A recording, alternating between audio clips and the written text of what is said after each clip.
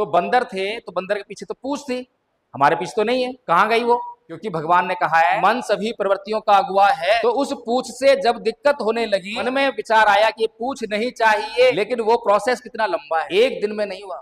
आज विचार आया है, वो विचार बना रहा तो धीरे धीरे काम होता रहा, और काम होता रहा तो एक दिन वो पूंछ गायब। धर्म के साथ जैसे ही हिंदू लग जाता है तो सब कुछ बदल जाता है, धर्म के साथ जैसे ही मुस्लिम लग गया सब कुछ बदल गया, धर्म के साथ जैसे ईसाई लग गया सब कुछ बदल जाता है। इतना बदलता है एक दूसरे की खून के प्यासे हो जाते हैं। इतना बदल जाता है कि इस देश को, पूरी दुनिया को वो बौद्ध बनाना चाहते हैं, ईसाई बनाना चाहते हैं, हिंदू बनाना चाहते हैं, चाहे उन्होंने उसको स्टडी किया है या नहीं किया है, चाहे उसका विज्ञान से कोई संबंध स्थापित होता है नहीं होता, लेकिन उनकी इच्छा है कि वो जुड़ गए हैं। हम लोग जब किसी के प्रति आसक्त हो जाते हैं, किसी से जुड़ जाते हैं, तब ऐसी भावनाएं उत्पन्न होती हैं। वास्तविकता ये है, संविधान पिछले 75 साल से लागू है और उसमें ये व्यवस्था है कि कोई भी व्यक्ति, चाहे वो अनपढ़ है, चाहे पढ़ा लिखा है, चाहे वो गरीब है, चाहे वो अमीर है, चुनाव लड़कर एमएलए एमपी बन सकता है। ये उसमें लिखा हुआ है, लेकिन पिछले 75 साल का रिकॉर्ड भी चेक करना पड़ेगा। पिछले 75 साल में कोई भी गरीब एमएलए एमपी नहीं बना। बाबा साहेब ने क्या कहा था? जाओ और अपने घरों की दीवारों पर लिख दो इस देश के शासक हैं। तो उन्होंने पढ़ लिया, बाबा साहेब ने ऐसा कहा है तो कुछ सोचो ताकि ये सत्ता में ना आए। और उन्होंने सोचा, विचार किया, प्लानिंग की, और पिछले 75 साल से हम सत्ता से बाहर हैं।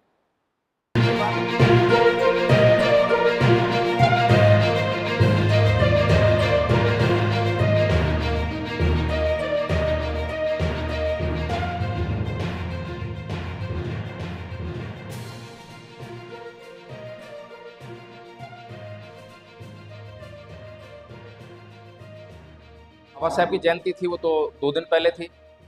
क्या हम इसके लिए इकट्ठा हुए हैं? ताकि मुझे पता लग जाए, उसी दिशा में हम बोलें, उसी दिशा में बात करें। परम पूज्य बाबा साहब डॉक्टर भीमराव अंबेडकर का जो मिशन था,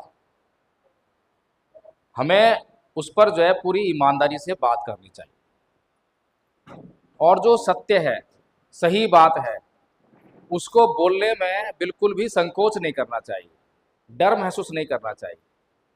क्योंकि जिनकी जयंती मनाने का हम प्रयास कर रहे हैं, वो कोई मामूली इंसान नहीं है, वो इस दुनिया का सबसे बड़ा विद्वान व्यक्ति। अगर हम अपनी तुलना उनसे करें तो हम उनके मुकाबले में कहीं पर भी नहीं ठहरते, ये सीधी सी बात। तो हमें पूरी सच्चाई और ईमानदारी के साथ उनके द्वारा इस समाज के, इस देश के उत्थान के लिए कही गई बातों पर विचार करना चाहिए। आज पहली बार जयंती मना रहे हैं हम। मुझे लगता है कि 56 के बाद, जब से बाबा साहेब दुनिया से गए हैं, उनके जाने के बाद जयंती मनाने का बहुत बड़े पैमाने पर सिलसिला शुरू हुआ, और आजकल तो बहुत ज़्यादा मनाते हैं। तो जयंती क्यों मना रहे हैं? जैसे हम अपने बच्चों की जयंती मनाते हैं, जन्मदिन सेलिब्रेट करते हैं, क्या हम वैसे ही बाबा साहेब जयंती मनाते हैं? ऐसा ही तो है। हम अपने बच्चों की जयंती कैसे मनाते हैं? उस दिन जो है डीजे लगाएंगे, केक लाएंगे, और डीजे पर नाचेंगे, गाएंगे, खुशियां मनाएंगे, और केक काट देंगे और उसको खाएंगे। ऐसे हम अपने बच्चों का जन्म मनाते हैं। ऐसे ही हम अपने महापुरुष का जन्म मना रहे हैं। तो दोनों में फर्क क्या हुआ? कोई फर्क हुआ क्या? क्या महापुरुषों का जन्मदिन भी हमें उसी तरह से मनाना चाहिए? महापुरुषों का जन्मदिन उनके विचारों के आलोक में मनाना बहुत जरूरी है, क्योंकि हमारे महापुरुष हमारे लिए, हमारे उत्थान के लिए कुछ कहकर गए हैं, और जो वो कहकर गए हैं और अभी तक अगर वो पूरा नहीं हुआ है, काम अगर अधूरा अटका हुआ है, तो हमारा उत्थान भी रुका हुआ है। इस देश में लोगों पर नाना प्रकार से शोषण होता है, अत्याचार होता है, और वो एक पूरा मैकेनिज्म है। ऐसे ही शोषण नहीं होता, उसके पीछे एक पूरी व्यवस्था है। वो व्यवस्था किस प्रकार से काम करती है, इसकी हमें जानकारी होनी चाहिए। अगर उस व्यवस्था के काम करने की हमें जानकारी हो जाएगी, तो हो सकता है कि हम उससे अपना बचाव कर लें। तो अभी भारत की जो व्यवस्था है, उसमें जो समाज है भारत का, वो विभिन्न धर्मों में बटा हुआ है। इस देश में हिंदू हैं, मुसलमान हैं, सिख हैं, ईसाई हैं, बौद्ध हैं, जैन हैं, ये सारे धर्म। हिंदू धर्म जो है 4 भागों में बटा हुआ है। ब्राह्मण, क्षत्रिय, वैश्य और शूद्र। और इस देश में SC, ST, OBC पर जो है बहुत जुल्म और सितम हो रहा है, जिसमें आदिवासी लोग भी आते हैं, ट्राइब्स आते हैं। अब ये अत्याचार जो है कर कौन रहा है और कैसे कर रहा है? क्योंकि भारत का जो संविधान है वो तो हमें लोकतंत्र देता है, और लोकतंत्र में जिसके पास वोट है उसकी सरकार बनेगी, और जिसकी सरकार बनेगी उसके पास क्या होगा? उसके पास शक्ति होगी, और उसी शक्ति से वो या तो भला करेगा या बुरा करेगा। तो अभी भला हो रहा है या बुरा हो रहा है? पिछले 75 साल से भला हो रहा है या बुरा हो रहा है? अच्छा, अभी तक जो है पिछले 75 साल से अगर भारत का संविधान लागू है, और भारत का संविधान ये कहता है कि देश में लोकतंत्र है, और लोकतंत्र में जिनकी संख्या ज्यादा होगी, जिनके वोट ज्यादा होंगे, उनकी सरकार बनेगी, तो क्या ये बात ठीक है? क्या भारत का संविधान इस बात को ठीक कहता है? ये बात सही है क्या कि जिनकी संख्या ज्यादा होगी उनकी सरकार बनेगी? ये बात ठीक है? ये बात ठीक नहीं है। पूरी दुनिया में अगर मैं कहीं देख पाता हूं तो भारत उसका एक ऐसा उदाहरण है जो इसके बिल्कुल विपरीत चलता है, उल्टा चलता है। यहां पर जो बिल्कुल बहुत थोड़ी संख्या में है उनका शासन चलता है। नहीं लगता सरप्राइज नहीं होते आप?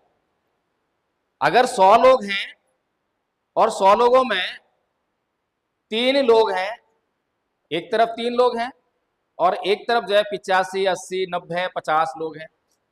अब ये जो 85, 80, 90, 50 लोग हैं, इनके ऊपर 3 लोग शासन कर रहे हैं, और ये 3 लोग शासन ही नहीं कर रहे हैं, अत्याचार भी कर रहे हैं। और अत्याचार भी कोई ऐसे नहीं कर रहे हैं, खुलेआम कर रहे हैं। खुलेआम हो रहा है ना।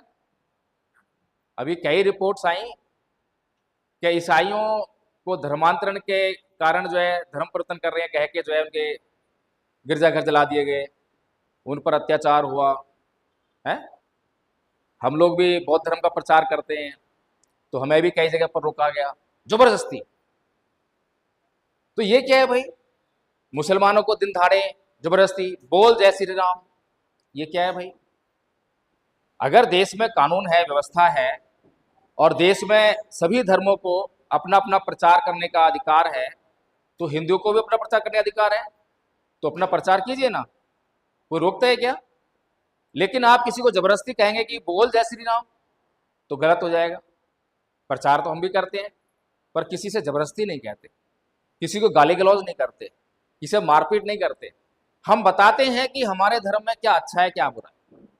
अगर आपको लगे कि हाँ ये धर्म जो ग्रहण करने योग्य है तो अपना लीजिए, नहीं लगता तो छोड़ दीजिए। यही तो है प्रचार का मतलब। प्रचार मतलब जबरदस्ती नहीं है, कोई थोपने वाली चीज नहीं है। लेकिन ये दिन दहाड़े हो रहा है। किस कारण से हो रहा है? क्योंकि वो जो 3 लोग हैं, 100 में से 3 लोग वो सत्ता में आते हैं। और सत्ता में क्यों आ रहे हैं? क्योंकि ये जो 50, 70, 80, 85 जो भी हैं, इनको जो है ज्ञान नहीं है, इस बात का ज्ञान नहीं है कि भारत का संविधान भारत में लागू है, और ये हमें शासक बनने का अधिकार भी देता है। शासक बनने का अधिकार देता है, देता कि खाली वोट देने का अधिकार देता है? बताइए, खाली शासक बनने का अधिकार है या खाली वोट देने का अधिकार है? कौन सा अधिकार है हमारे पास? दोनों अधिकार है। अच्छा, आप में से कितने लोग हैं जो अगली बार MLA का चुनाव लड़ेंगे? एक भी नहीं है। बड़ा ताज्जुब है। तो आपके लिए संविधान के मायने क्या हुए? सोचिए, आपके लिए संविधान है ही नहीं।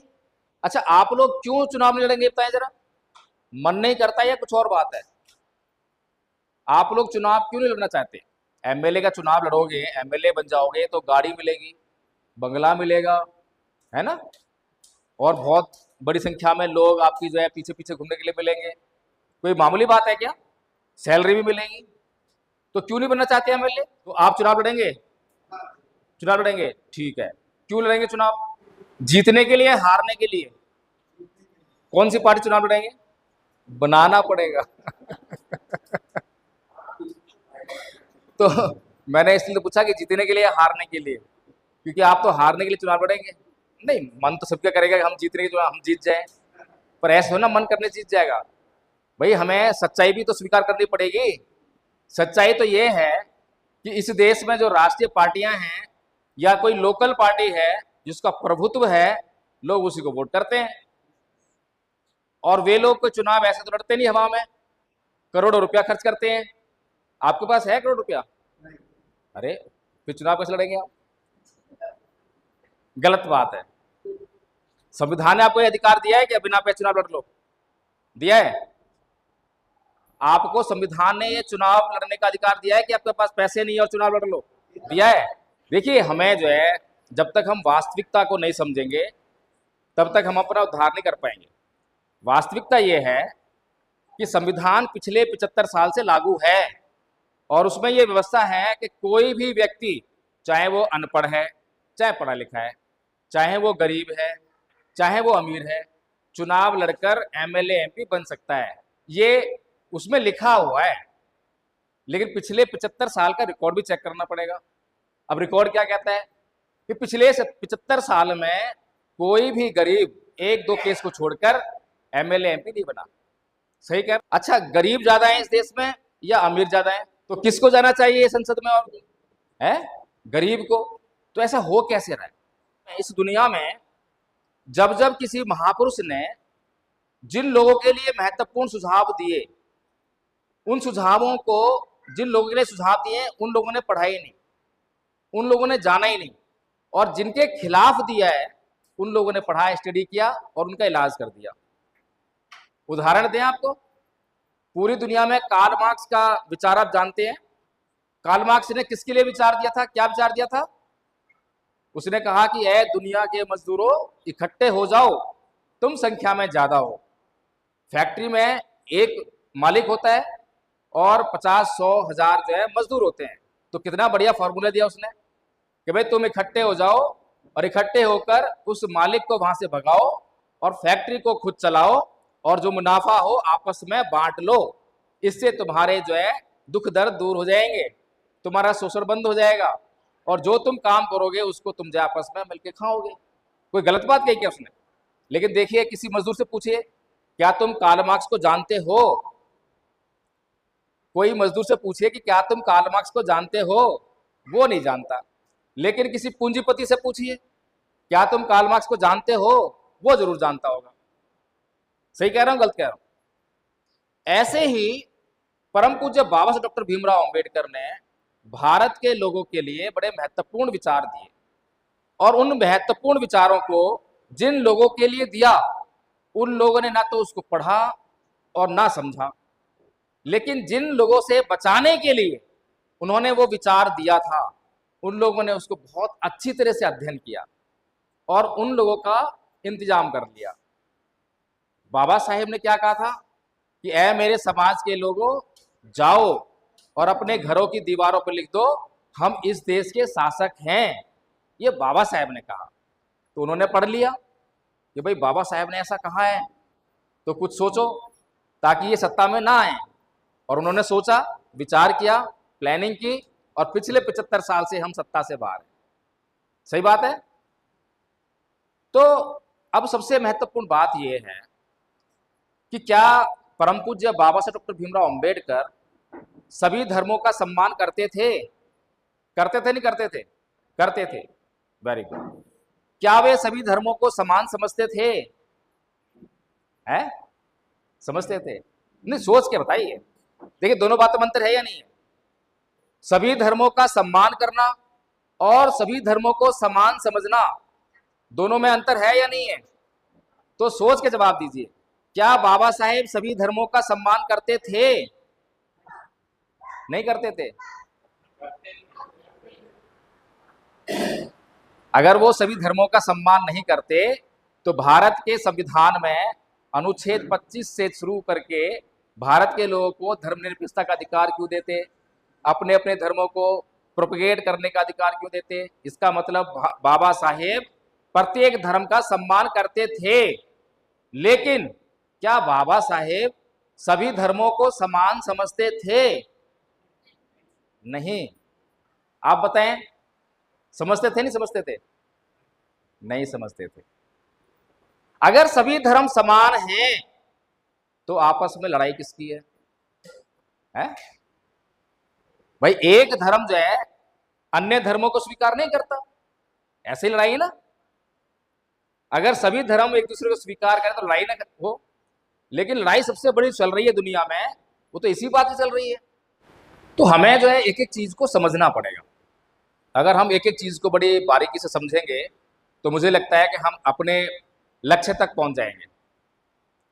अब बाबा साहेब का ये मानना था, सम्मान देखिए, यहाँ पर जो है 3 लोग बैठे हैं, 3 धर्म के लोग हो सकते हैं, तो मैं किसी को भी सम्मान करके ही बोलूंगा, आदरणीय करके बोलूंगा, ये मेरा सम्मान है। लेकिन इन तीनों लोगों में से ये कोई भी अपना विचार कहेंगे तो उस पर मैं अपना दिमाग लगाऊंगा कि इनका विचार जो है सही है या गलत है, मेरे काम का है या नहीं है, तभी तो स्वीकार करूंगा। अगर ये लोग बोले भाई जैसे तुम मेरा सम्मान कर रहे हो ऐसे मेरी बात का भी सम्मान करो, तो वो तो गलत हो जाएगा, गलत हो जाएगा ना, हो जाएगा है। तो ऐसे ही अब प्रत्येक धर्म जो है अलग अलग है, अलग अलग है ना, हिंदू धर्म, बौद्ध धर्म, जैन धर्म, ईसाई धर्म, मुस्लिम धर्म, लेकिन एक बात जो है कॉमन है, वो क्या है? धर्म। धर्म सब में है, लेकिन धर्म के साथ जैसे ही हिंदू लग जाता है तो सब कुछ बदल जाता है, धर्म के साथ जैसे ही मुस्लिम लग गया सब कुछ बदल गया, धर्म के साथ जैसे ईसाई लग गया सब कुछ बदल जाता है। और इतना बदलता है कि एक दूसरे की खून के प्यासे हो जाते हैं, इतना बदल जाता है कि इस देश को, पूरी दुनिया को वो बौद्ध बनाना चाहते हैं, ईसाई बनाना चाहते हैं, हिंदू बनाना चाहते हैं, चाहे उन्होंने उसको स्टडी किया है या नहीं किया है, चाहे उसका विज्ञान से कोई संबंध स्थापित होता है नहीं होता, लेकिन उनकी इच्छा है क्योंकि वो जुड़ गए हैं। हम लोग जब किसी के प्रति आसक्त हो जाते हैं, किसी से जुड़ जाते हैं, तब ऐसी भावनाएं उत्पन्न होती हैं, होती है ना। आप सबको मालूम है कि हम सब एक दिन मरेंगे, सबको मालूम है, ये सच्चाई है, तो रोते क्यों? सच्चाई है तो रोते क्यों? जब पता है कि जिसने जन्म लिया है वो एक दिन मरेगा, फिर रोते क्यों हैं? भावना। भावना कैसे पैदा हो रही है? आसक्ति। बच्चा जिस दिन पैदा हुआ, पैदा होती है क्या करते हैं? डीजे लग जाता है, नाचने गाने लगते हैं, मिठाइयां बंटने जाती हैं, होता है ना, होता? खुशियां, इतने खुशियां, इतने खुशियां, और वही बच्चा अगले दिन बीमार पड़ गया, बीमार पड़ गया, और बीमार पड़ के जो है 1-2 दिन में मर गया। फिर क्या होता है? गम, दुख, रोना, पीटना। इसीलिए भगवान बुद्ध ने इस दुनिया को सच्चाइयां बताई, क्योंकि सच्चाई जो है बहुत भीतर छुपी हुई है, सच्चाई सबको नहीं पता है। अच्छा ये बताइए, ये क्या है सामने जो है? दीवार है ना, सब यही मान रहे दीवार है, और हम पूरी जिंदगी इसको दीवार ही मानेंगे। हमारे लिए सच्चाई है, पूरा हमारा विश्वास है कि ये दीवार है। क्या ये दीवार जो है ईंट नहीं है, सीमेंट नहीं है, रेता नहीं है, पानी नहीं है, आग नहीं है, पैसा नहीं है, मजदूर नहीं है, ये है या नहीं है? अब क्या इस दीवार के अंदर जो ईंट है वो भट्टा, आग, रेत, पानी, मजदूर ये नहीं है? है। और जो रेत है उसके अंदर, ईंट के अंदर, वो रेत क्या है? सूक्ष्म कण, तरंगे, है या नहीं है? अब बताइए आपके विश्वास का क्या हुआ? आपका जो ये विश्वास है कि ये दीवार है, और सच्चाई क्या है? ये तो तरंग है। मैं ये दिखाई दे रहा हूं। अभी मेरा परिचय क्या हुआ कि हमारे बीच में दिल्ली से चलकर एडवोकेट जय भीम प्रकाश आए हैं। आपको मैं क्या दिखाई दे रहा हूं? एडवोकेट जय भीम प्रकाश। क्या मैं सच्चाई हूं? क्या मैं सच्चाई हूं? बताइए मुझे। मैं सच्चाई नहीं हूं। जब मैं आपके बीच में आया था और अब तक काफी लंबा समय हो गया है, मैं बदल गया हूं। बदला हूं नहीं बदला? अरे साइंस तो पढ़ते ही हैं, मैं साइंस की तो बातें कर रहा हूं। बात मैंने नाम भगवान बुद्ध का ले दिया है वो अलग बात है, लेकिन बात तो साइंस की है। बदला हूं नहीं बदला? नहीं समझ में आ रहा होगा। चलिए, जैसा मैं बचपन में पैदा हुआ था क्या मैं वैसा ही हूं? नहीं हूं ना। अगर मैं बचपन का फोटो लाके दिखा दूं तो आप पहचान लोगे मुझे? इसका मतलब मैं हर पल बदल रहा हूं ना। तो जब मैं आया था और अब मैं आपके बीच में जो बोल रहा हूं बहुत बदल गया हूं, लेकिन आपको दिखाई नहीं दे रहा है। तो सच्चाई जो है बहुत भीतर छुपी हुई है, और सच्चाई हर किसी को समझ में नहीं आती है। इसी काम को, इसी महत्वपूर्ण काम को जो है इस दुनिया के सर्वश्रेष्ठ शास्त्रा तथागत भगवान बुद्ध ने किया, दुनिया को सच्चाई बताने का काम किया। अब ये सारी दुनिया जो है दुखों में ग्रस्त है, दुखों से घिरी हुई है। घिरी हुई है ना, घिरी हुई। ये कहेंगे कि सुख भी है दुख भी है, ऐसा है क्या? कभी सुख कभी दुख, ऐसा होता है क्या?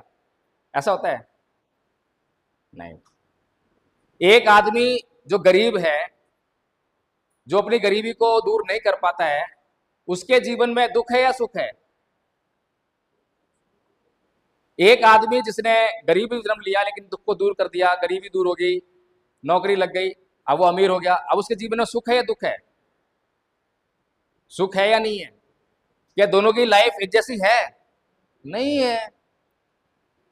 तो इस दुनिया में दुख ही दुख है। ये भगवान बुद्ध ने बहुत ही महत्वपूर्ण सच्चाई हमें बताई। कैसे बताई? जातिपि दुखा, जरापि दुखा, व्याधिपि दुखा, मरणमपि दुखं, शोक परिदेव दोमनस्युपाया सापि दुखा, पियेहि विपयोगो दुखो, अप्येहि संपयोगो दुखं, यम्पि छंगने लवति तम्पि दुखं, संकितेन पचुपादान खंदापि दुखा।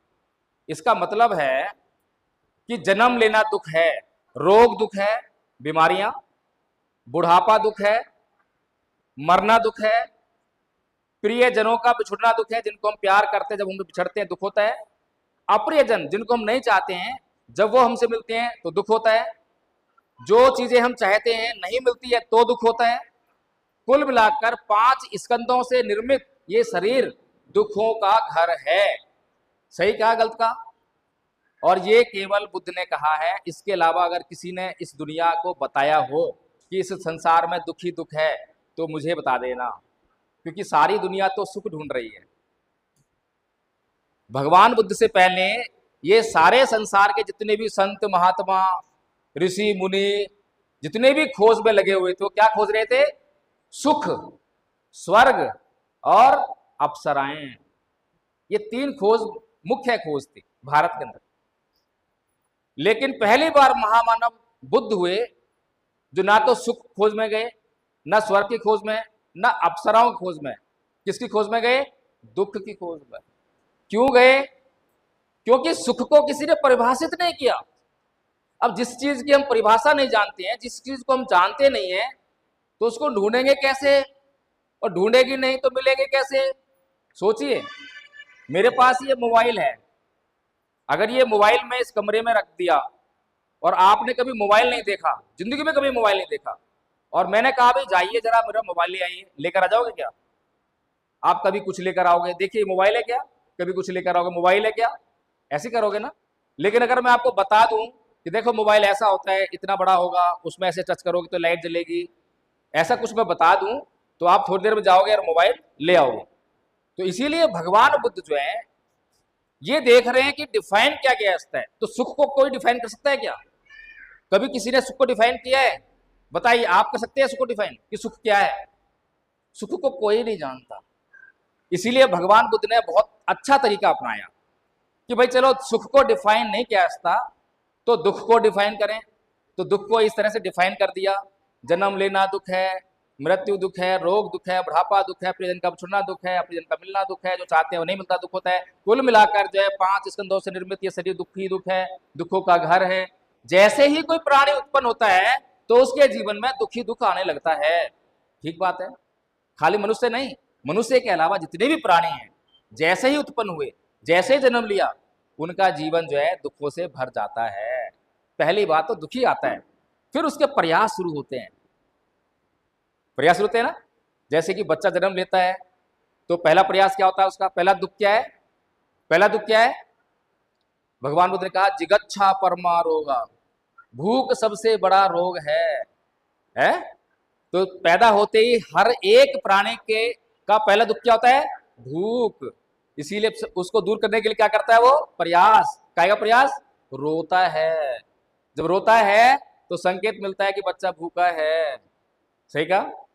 तो फिर क्या मतलब हुआ? अब देखिए, प्रकृति हमें सबको बता रही है, लेकिन प्रकृति का सिद्धांत छोड़कर हम उल्टी दिशा में जा रहे हैं, और बुद्ध हमें प्रकृति के सिद्धांत बता रहे हैं, यूनिवर्सल ट्रुथ बता रहे हैं। तो बच्चे ने क्या शुरू किया? दुख को दूर करना शुरू किया ना, या सुख को पाना शुरू किया? क्या शुरू किया? दुख को दूर करना शुरू किया। तो इसलिए भगवान बिल्कुल सही डायरेक्शन जा रहे हैं। क्या कह रहे हैं? दुख को ढूंढो, दुख मिल जाएगा तो उसको नष्ट करो, और जब दुख नष्ट हो जाएगा तो क्या रह जाएगा? आसान है ना। लेकिन ये संसार जो भगवान बुद्ध के ज्ञान से इंकार करता है, भगवान बुद्ध से इंकार कर देता है, तो क्या करता है वो? जिंदगी में सुख सुख ढूंढता है, सुख सुख सुख।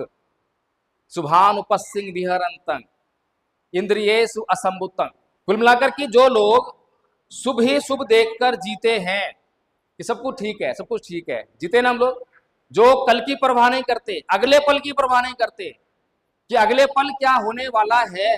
जिस आदमी को, जिस मजदूर को उस दारू में सुख दिखाई दे रहा है, और सुख दिखाई देता, सुख को हम भोगने के लिए दौड़ते हैं।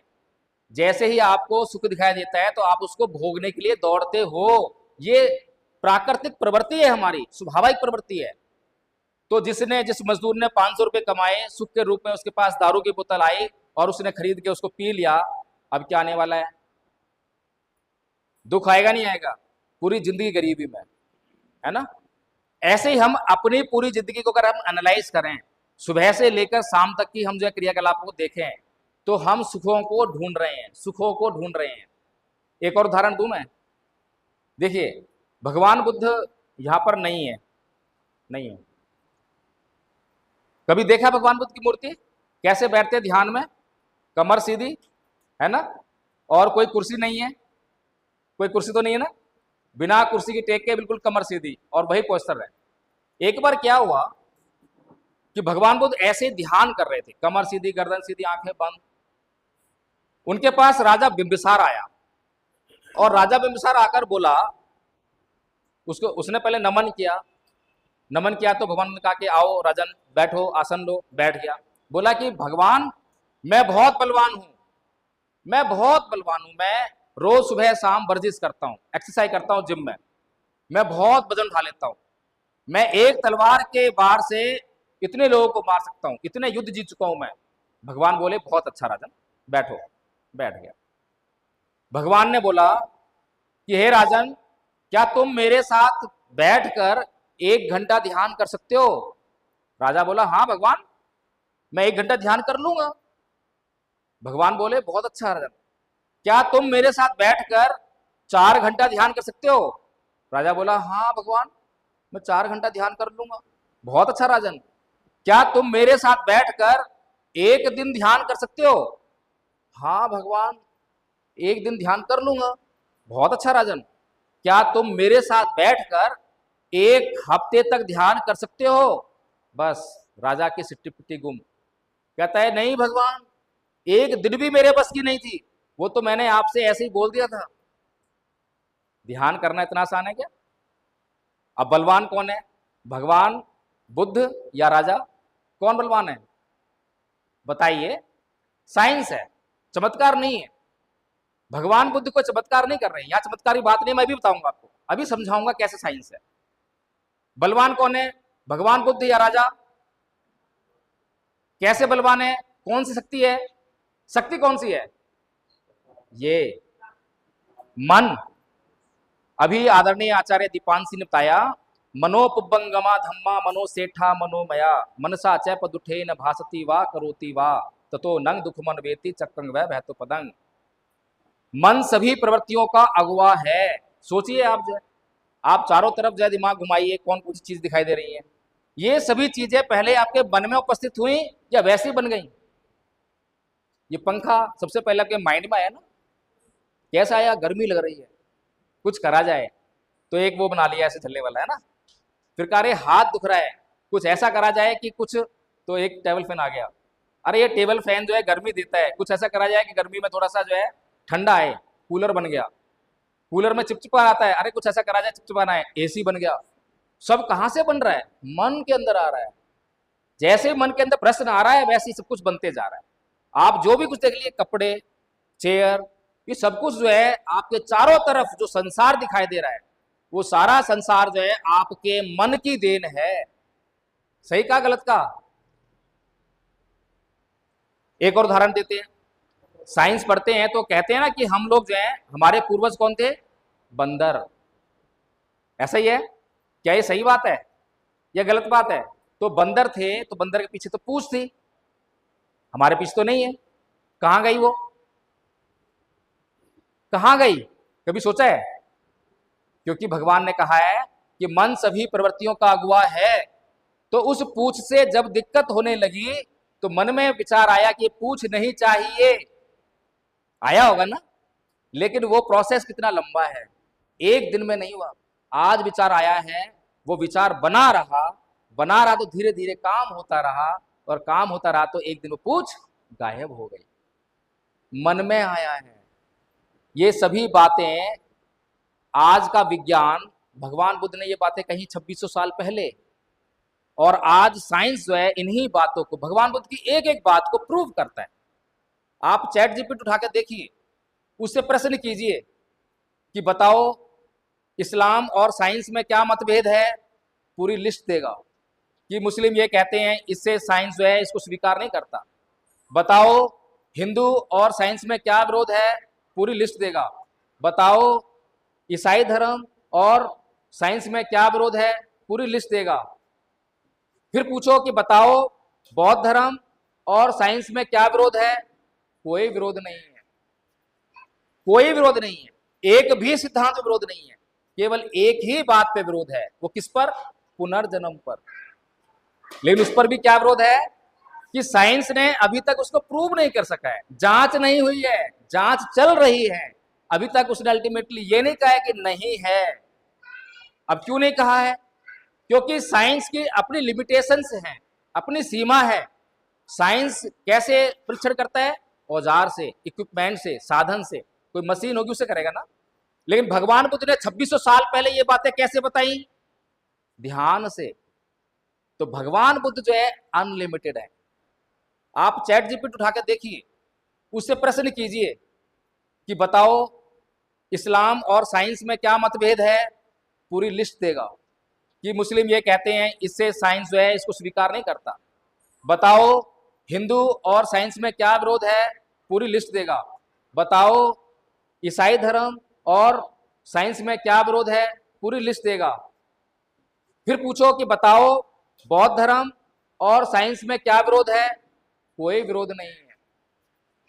कोई विरोध नहीं है, एक भी सिद्धांत विरोध नहीं है। केवल एक ही बात पे विरोध है, वो किस पर? पुनर्जन्म पर। लेकिन उस पर भी क्या विरोध है कि साइंस ने अभी तक उसको प्रूव नहीं कर सका है, जांच नहीं हुई है, जांच चल रही है। अभी तक उसने अल्टीमेटली ये नहीं कहा है कि नहीं है। अब क्यों नहीं कहा है? क्योंकि साइंस की अपनी लिमिटेशंस हैं, अपनी सीमा है। साइंस कैसे परीक्षण करता है? औजार से, इक्विपमेंट से, साधन से। कोई मशीन होगी उससे करेगा ना। लेकिन भगवान बुद्ध ने 2600 साल पहले ये बातें कैसे बताई? ध्यान से। तो भगवान बुद्ध जो है अनलिमिटेड है। भगवान बुद्ध जो बोल रहे हैं, जो देख रहे हैं वही बोल रहे हैं, और जो नहीं देख रहे हैं वो बोल ही नहीं रहे हैं। और भगवान बुद्ध का लक्ष्य क्या है? मनुष्य का कल्याण करना। बहुत से लोगों ने आके उनसे पूछा कि ये ब्रह्मांड कितना बड़ा है, सूर्य बड़ा है, पृथ्वी बड़ी है। कुछ नहीं बोले। क्यों? क्योंकि इस बात का मनुष्य के कल्याण से कोई संबंध नहीं है। इसीलिए पूरा त्रिपिटक छानिए, कहीं पर भी ऐसा कोई एक स्टेटमेंट नहीं दिखाई देगा कि कितने तारे हैं, कितने आसमान हैं। क्या मतलब है इसका धर्म से? ये धर्म तो है ही नहीं। धर्म का संबंध तो मनुष्य के कल्याण जुड़ा हुआ है। इसीलिए यहां पर जो है सारे बाकी के धर्म फंस गए। फंस क्यों गए? पहली बात तो उन्होंने ये घोषणा करी कि उनकी किताबें जो है किसी चमत्कारिक शक्ति ने बनाई है, जो पृथ्वी पे नहीं है। ठीक है, अगर कोई पृथ्वी पर नहीं है और पृथ्वी के ऊपर आसमान में है, तो उसे तो पता होना चाहिए कि पृथ्वी और सूरज का क्या संबंध है। सही है गलत बात है?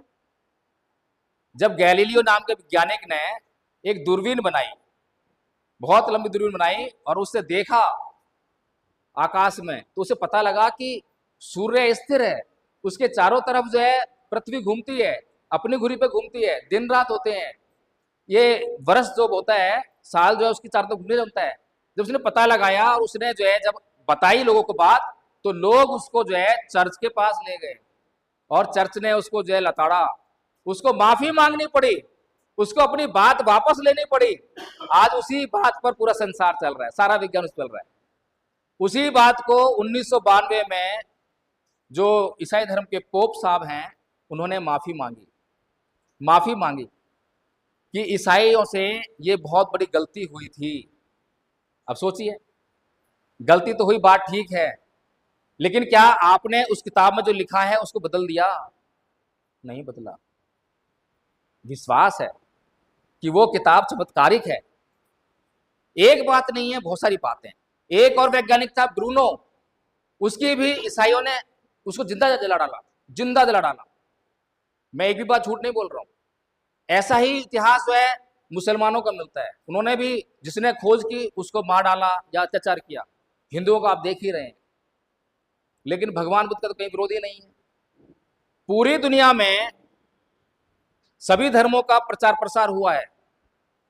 हो सकता है आप किसी भी धर्म को मानने वाले हो, लेकिन आप जो है थोड़ा न्यूट्रल हो जाएं। अगर न्यूट्रल हो जाएंगे तो समझने लगेंगे। अगर मैं कहीं चिपक जाऊंगा, जैसे कि एक स्त्री को किसी पुरुष से प्रेम हो जाए तो क्या होता है? वो अंधी हो जाती है। अब उस पुरुष की सारी बुराइयां खत्म, कोई बुराई नहीं है, क्योंकि वो प्रेम करने लगी है। ऐसा ही एक पुरुष के साथ होता है। पुरुष को किसी स्त्री से प्यार हो जाए तो वो जो स्त्री के अंदर जितनी भी बुराइयां हैं सब खत्म। तो ऐसे ही हमारे जीवन में जिस चीज से हम प्रेम करने लगते हैं तो उसके बारे में जो नेगेटिव पॉइंट्स हैं वो नहीं देखते हैं, और यही हमारे दुख का कारण बनता है।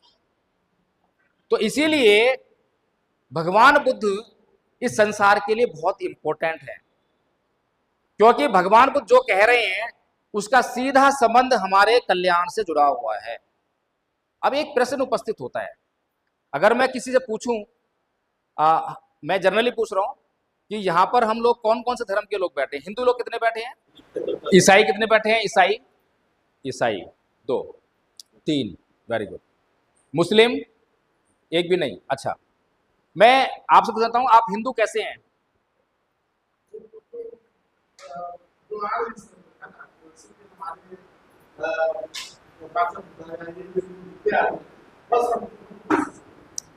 Right answer. ये हिंदू इसलिए है क्योंकि उन्होंने हिंदू परिवार में जन्म लिया। राइट। अभी किसी मुसलमान से पूछें ये सवाल, क्या बोलेगा? मैं मुस्लिम इसलिए हूं क्योंकि मैंने मुस्लिम परिवार में जन्म लिया। ईसाई धर्म के लोग कुछ कन्वर्ट हो रहे हैं आजकल, तो उनके लिए थोड़ा सा अपवाद हो सकता है। वो कहेंगे हमने जो है समझा इसलिए हो गया। लेकिन मैं उन दोनों की बात करता हूं। लेकिन आज पूरी दुनिया में बौद्ध भी ऐसे ही हो रहे हैं। जो बौद्ध परिवार में पैदा हो गए तो बौद्ध हैं, वो उन्हें स्टडी नहीं किया उन्होंने। ऐसी जो ईसाई परिवार में पैदा हो गए तो ईसाई है, वो स्टडी नहीं किया। अब मुझे एक जवाब दीजिए, अगर किसी घर में जो हिंदू है उस घर में बच्चा पैदा हुआ और पैदा होते ही हमने उसको मुसलमान के घर में छोड़ दिया, अब उसकी आइडेंटिटी क्या है? क्या बनेगा वो? मुस्लिम। अब किसी हिंदू देवी देवता या ईश्वर के भीतर वो ताकत है जाके उस बच्चे को बता सके, देख तू मुसलमान नहीं है, तू हिंदू है कोई ताकत? ऐसे ही कोई मुसलमान घर में बच्चा पैदा हुआ और उसको हिंदू घर में छोड़ दिया, किसी अल्लाह के अंदर ताकत है जो बता सके कि तू हिंदू नहीं है, तू मुसलमान है कोई? इसका मतलब क्या है? ये हिंदू होना, मुसलमान होना, ईसाई होना, बौद्ध होना, ये तो असत्य है, ये तो झूठ है। अगर सच होता तो उस सच तक तो वो आदमी पहुंचता, चाहे कहीं भी जाए। लेकिन वो सच नहीं है। सच क्या होता है? सच यूनिवर्सल ट्रूथ होता है। जैसे कि आप सभी लोगों को भूख लगती है तो भूख कैसे मिटाते हो? खाना खाकर। चाहे हिंदू हो, मुसलमान हो, ईसाई हो, क्या फर्क पड़ता है? प्यास लगेगी तो पानी पियोगे। ये यूनिवर्सल प्रिंसिपल्स हैं। इसीलिए भगवान बुद्ध का जो सिद्धांत जो है वो यूनिवर्सल है। ऐस धम्मो सनातनो। क्या होता है ये? कि भगवान बुद्ध या फिर किसी भी बात को, किसी भी प्रिंसिपल को, किसी भी सिद्धांत को आप कहीं भी लागू कीजिए, किसी भी देश में, तो रिजल्ट एक जैसा आएगा। किसी भी समय लागू कीजिए, रिजल्ट एक जैसा आएगा। किसी भी व्यक्ति पर लागू कीजिए तो रिजल्ट एक जैसा आएगा। सार्वभौमिक है, सार्वजनीन है, सर्वकालिक है। ये 3 गुण जिसके अंदर हो वो सनातन है। समझ में आ गई बात? है ना? जैसे साइंस के प्रिंसिपल्स हैं, सिद्धांत हैं, ऐसे ही भगवान बुद्ध की बातें हैं।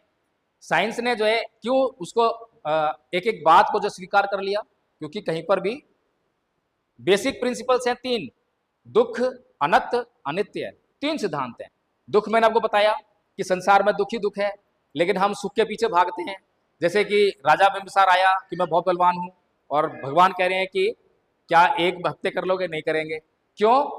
क्योंकि आपको मैं कहूं कि ध्यान करो, आप कमर सीधी करके थोड़ी देर बैठोगे और थोड़ी देर बाद आपकी कमर कहेगी भाई अब तू टेढ़ी हो जा, अब तू कुर्सी पे बैठ जा, अब तू लेट जा, ऐसे कहेगी ना कमर, दर्द होने लगेगा।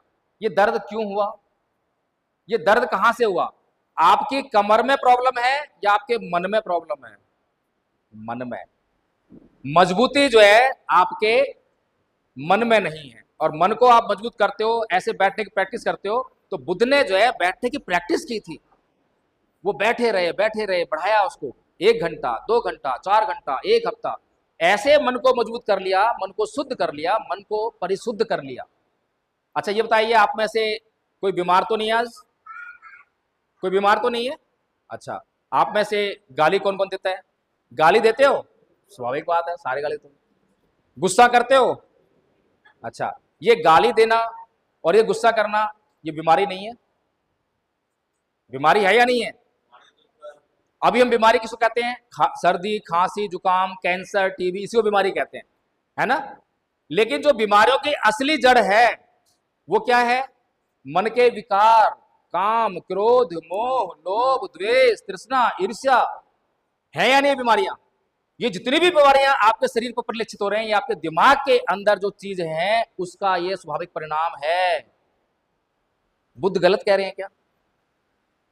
आज बुद्ध के सिद्धांतों पर जब रिसर्च होती है तो मनोविज्ञान पैदा होता है, और मनोविज्ञान पर जो काम करने लगता है उसका उद्धार होने लगता है।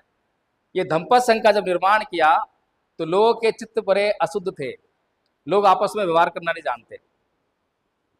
तो हमने जो है कुछ नहीं किया, बौद्ध धर्म प्रचार तो पिछले 75 साल चल रहा है, लेकिन धर्म का प्रचार नहीं हो रहा है। क्यों नहीं हो रहा है? उसका एक कारण बताता हूं कि जो ऐसी बातों को अपने मन में बनाए रखता है उसका वैर शांत नहीं होता। और आप 3 दिन से वो बातों को मन में बनाए रखे हो, इसीलिए आपको गुस्सा शांत नहीं हो रहा। गलती का एहसास हो गया उनको, अरे मैं तो गलती कर रहा था, मैंने मन में बिठा ली, इसीलिए मेरा वैर शांत नहीं हो रहा है। तो जैसे ये बात समझ में आई वैसे ही तुरंत गुस्सा खत्म, उनके बीच में जो है रिलेशन सामान्य हो गए। अब बताइए, बुद्ध का धम्म जो है दवा है या नहीं है? कोई चमत्कार तो नहीं है इसमें, कोई जादू टोना तो नहीं है, प्योर साइंस है। और ये जो बातें हैं, ये झगड़े हैं, ये किस घर में नहीं है? हिंदू के घर में, मुस्लिम के घर में, ईसाई के घर में। भगवान बुद्ध की एक एक बात यूनिवर्सल है, सार्वभौमिक है। किसी भी समय लागू कीजिए, किसी भी व्यक्ति पे लागू कीजिए, किसी भी देश पे लागू कीजिए, रिजल्ट जो है सेम आएगा। जो बातें बताई हैं, बताइए कौन इससे इनकार कर देगा? भगवान बुद्ध ने इसी प्रकार से कहा, ना ही वेरेन वेरानी समुदाचनंग अवेरेन च समंती ऐस धमुसनंतनो, कि वैर से कभी वैर शांत नहीं होता, अवैर से ही वैर शांत होता है। बताइए दुनिया का कौन सा आदमी इस बात को कहेगा कि ये बात गलत है? कोई कहेगा? अमेरिका में जाओ पूछो कि भाई तुम्हारे यहाँ तो वैर से वैर शांत हो जाता होगा, बोलेंगे हाँ हो जाता है। नहीं भाई, हमारे यहाँ भी लड़ाई बढ़ जाती है? फिर भगवान को तो ये बहाना नहीं लगाते कि अभी कलयुग चल रहा है, अभी सतयुग आएगा, अभी कलयुग में ये काम नहीं करेगा। नहीं भाई, कोई भी समय हो, व्यवहार की बात है ये तो। जब मर्जी अप्लाई करो, जब अप्लाई करोगे जब ही रिजल्ट आएगा। ऐसे धम्म को इस दुनिया में प्रचारित प्रसारित होना चाहिए।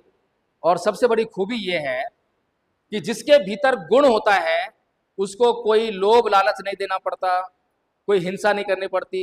दुनिया भर के धर्मों का इतिहास पढ़ते हैं हम, हिंसा से भरे हुए हैं। भरे हुए नहीं भरे हुए?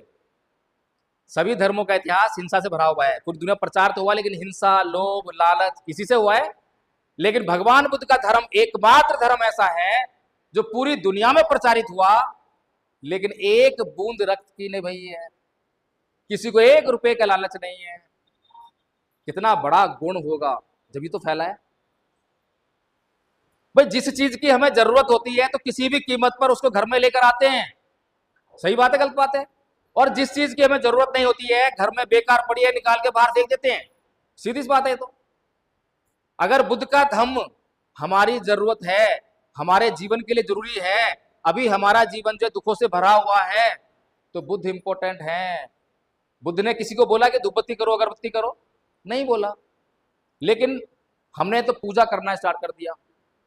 और पूजा कैसे करते हैं? कोई धूपबत्ती करता है, अगरबत्ती करता है, कोई जल चढ़ाता है, कोई आरती करता है, कोई गंगा नहाता है, ऐसे ही कोई नमाज पढ़ता है, सब अपने पूजा लग जाते हैं। लेकिन भगवान बुद्ध ने पूजा को भी बताया कि पूजा कैसे होनी चाहिए। बड़े इंपॉर्टेंट बात है। भगवान बुद्ध कहते हैं असेवना च बालानंग पंडितानंग च सेवना पूजा च पूजनीयानंग एतंग मंगल उत्तमंग। असेवना च बालानंग मतलब कि मूर्ख लोगों की संगति नहीं करना। जो मूर्ख लोग होते हैं, जिनके पास आपका कल्याण करने के लिए कुछ नहीं है बल्कि आपका नुकसान करने के लिए बहुत कुछ है, उनकी संगति मत करना, उनसे दोस्ती मत करना। सही का गलत का? फिर कहते हैं पंडितानंद च सेवना, कि पंडित जनों की संगति करना। पंडित जन कौन होते हैं? विद्वान लोग। विद्वान लोग किसे कहते हैं? जिनके पास आपका कल्याण करने की योग्यता है, क्षमता है, उन्हें विद्वान कहते हैं। तो उनकी हमेशा संगति करना। फिर कहते हैं पूजा च पूजनीयानंग, जो पूजनीय लोग हैं उनकी पूजा करना। अब पूजा कैसे करते हैं ये इंपॉर्टेंट है। कैसे करें पूजा बताइए?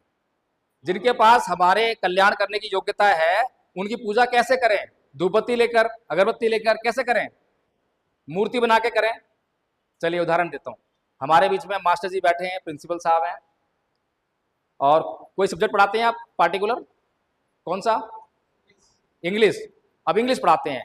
अब एक विद्यार्थी, उसको अंग्रेजी नहीं आती, इनके पास आता है, वो बोलता है ओ मास्टर इधर आ, जल्दी आ, इंग्लिश सिखा।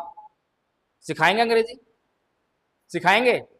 और अगर सिखानी पड़ जाए तो गलत सिखा देंगे। ऐसा ही है। दूसरा बच्चा आता है, गुरुजी गुरुजी गुरुजी आपके चरण कहाँ हैं? चरण दबाए। गुरुजी कोई काम बताइए आपका। क्या? अरे तुझे अंग्रेजी नहीं आती ना, तू फेल हो जाएगा, पढ़ाई कर, चल ये सीख। जो उनको नहीं भी आता है उसको भी कहीं से ढूंढ ढांड के लाएंगे, उसको सिखाएंगे, उसका कल्याण कर देंगे। अब समझ में आई पूजा कैसे होती है? पूजा जो है मूर्ति बनाकर धूपबत्ती अगरबत्ती से नहीं होती है। जिसके पास आपका कल्याण करने के लिए योग्यता है, शरण में चले जाओ, उसका अभिनंदन करो, उसका सम्मान करो, वो पूजा है। बताइए बुद्ध ने कोई गलत कहा क्या? ऐसा कौन सा कारण है कि लोग बुद्ध को नहीं अपनाएंगे, बुद्ध से नफरत करेंगे? कोई कारण दिखाई दे रहा है? फिर क्यों नफरत करते हैं? क्या कारण है? साइंस है या नहीं है? एक भी बात ऐसी लगी जो समझ में नहीं हो? तो इसीलिए जो है धम्मपद संघ यही काम कर रहा है। धम्मपद संघ आपके लिए कोई नुकसान काम नहीं कर रहा। भारत को बुद्ध में करना है। अभी आदरणीय आचार्य दीपांशी ने पूछा था कि भाई भारत को बुद्ध में क्यों करें? It's very important question.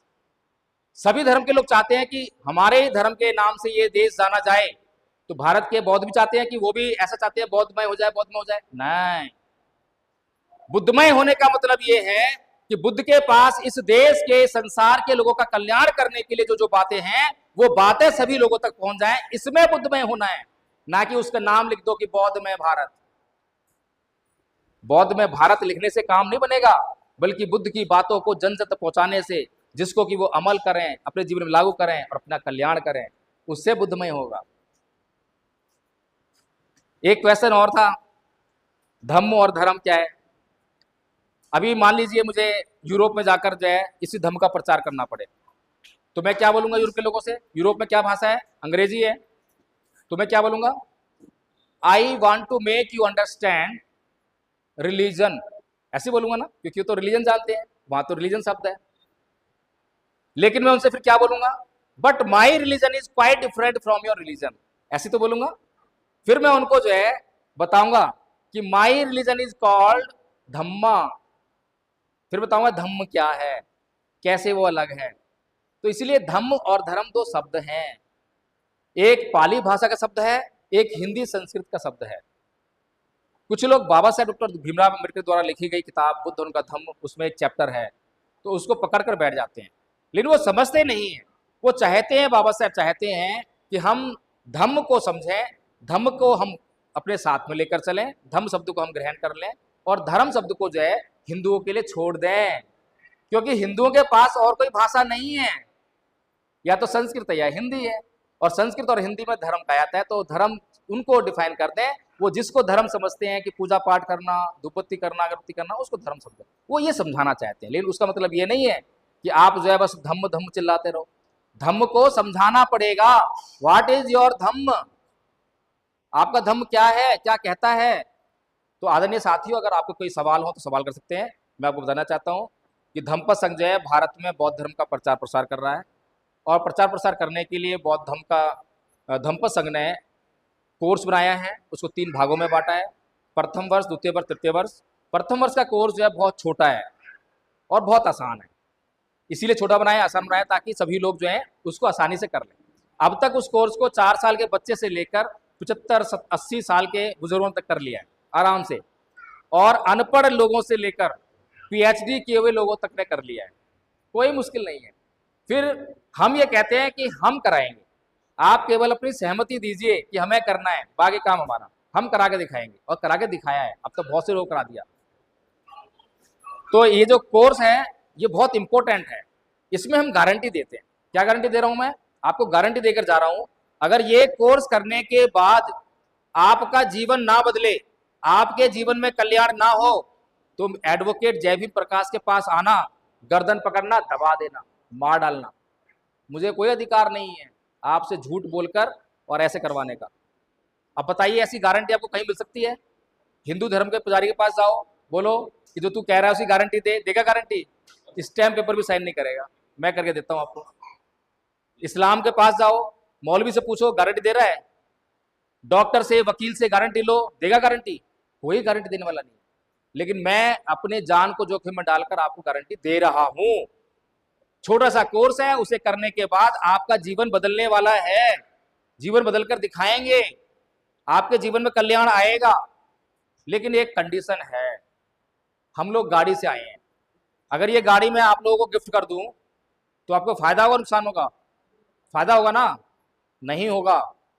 अगर आपको गाड़ी चलानी नहीं आती है तो फायदा कैसे होगा? ठीक बात है ना? चलिए, आपको गाड़ी भी चलाना सिखा दूं मैं तो फायदा हो जाएगा आपको? नहीं होगा। जब तक गाड़ी को चलाओगे नहीं तो कैसे फायदा होगा? तो यही कंडीशन जो है इस कोर्स पे भी लागू होती है। मेरी गर्दन दबाने से पहले ये 3 बातें ध्यान रख लेना। क्या हमने कोर्स याद कर लिया है? पहला टिक कर देना, याद कर लिया तो। दूसरा, क्या इस कोर्स को कैसे अप्लाई करना है वो हमने सीख लिया है? सीख लिया तो टिक कर देना, यस कर लिया है। फिर तीसरा, क्या हमने इस कोर्स को अप्लाई किया है? अगर कर दिया है तो टिक कर देना, और अगर रिजल्ट नेगेटिव आए कि मेरे कल्याण नहीं हुआ, फिर आना, फिर गर्दन दबा देना, उससे पहले मत आ जाना। ठीक बात है? तो मैं इन्हीं बातों से अपनी बात समाप्त करता हूं। अगर किसी का कोई क्वेश्चन हो, कोई प्रश्न हो तो आप कर सकते हैं। बाबा साहेब का मिशन है, बाबा साहेब ने सभी धर्मों का सम्मान किया, लेकिन सभी धर्मों के सिद्धांतों को समझने का प्रयास किया, समझाने का प्रयास किया, और इनकार करना, स्वीकार करना हर व्यक्ति की अपना अधिकार है, स्वतंत्रता है, कोई उसको बांध नहीं सकता है। किसी का प्रश्न है क्या? कोई क्वेश्चन? पाली, हाँ पाली